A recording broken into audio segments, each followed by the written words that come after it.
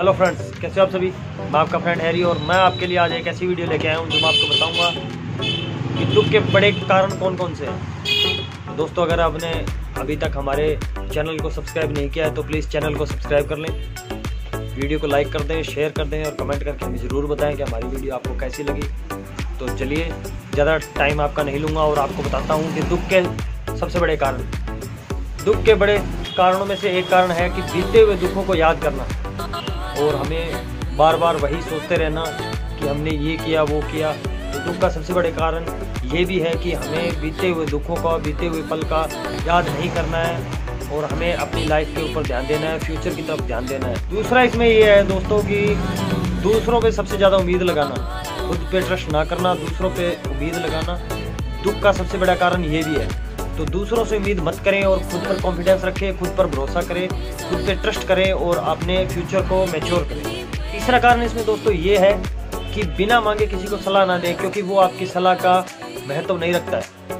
आप बिना बताए किसी को सलाह दे रहे हो, आप उसे बता रहे हो कि ये करो, ये मत करो, ऐसे करो, तो उसका कोई मतलब नहीं है दोस्तों। वो आपकी सलाह को नज़रअंदाज कर देगा, वो आपकी बात का कोई वैल्यू नहीं समझेगा, आपका कोई महत्व नहीं समझेगा।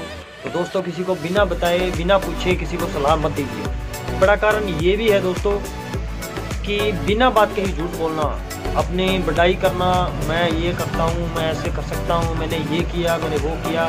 तो ऐसे फालतू के ड्रामेबाजी ना करें, फालतू के झूठ ना बोलें, क्योंकि उससे आपकी इमेज पे बहुत फर्क पड़ता है दोस्तों। तो आप बिना बात के झूठ मत बोलो। पांचवा कारण इसमें दोस्तों ये है, इसमें सबसे बड़ा कारण ये भी हो सकता है कि खुद की बात को ही सत्य बताना, दूसरे की बात को महत्व ना देना।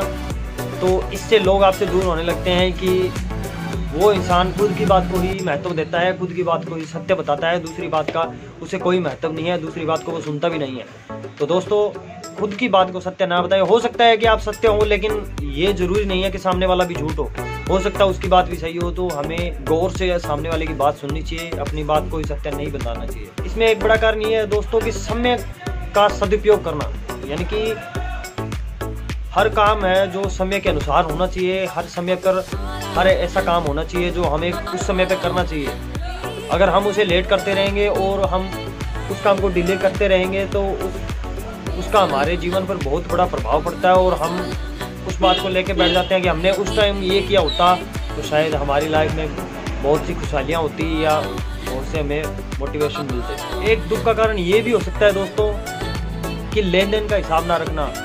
आपके दोस्त हैं, आपके रिश्तेदार हैं, आपके निजी कोई है, तो आप उन्हें पैसे उधार देते हैं या लेते हैं तो आपको उसका हिसाब रखना चाहिए, क्योंकि कल को हमें पैसे देते हैं, हम किसी को पैसे दिए और बाद में हमें याद आता है कि हमने तो यार पैसे कितने दिए थे, कितने नहीं दिए, तो आप भूल जाते हो और उससे रिश्तों में दरार आ जाती है दोस्तों। तो आप उस चीज़ का हिसाब रखना ज़रूरी है दोस्तों। तो आप उस चीज़ का हिसाब रखें और आपको पता होना चाहिए कि हमने किसको कितने पैसे दिए हैं और कितने नहीं दिए हैं। एक दुख का कारण ये भी हो सकता है दोस्तों कि हमेशा खुद के बारे में सोचना।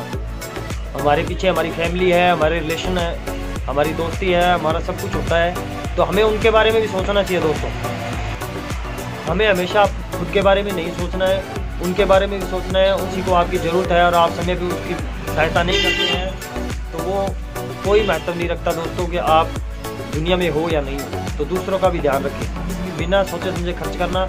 आप अपनी पूंजी को सोच समझ के खर्च कीजिए, जहां आपको ज़रूरत है वहीं पे खर्च करना चाहिए।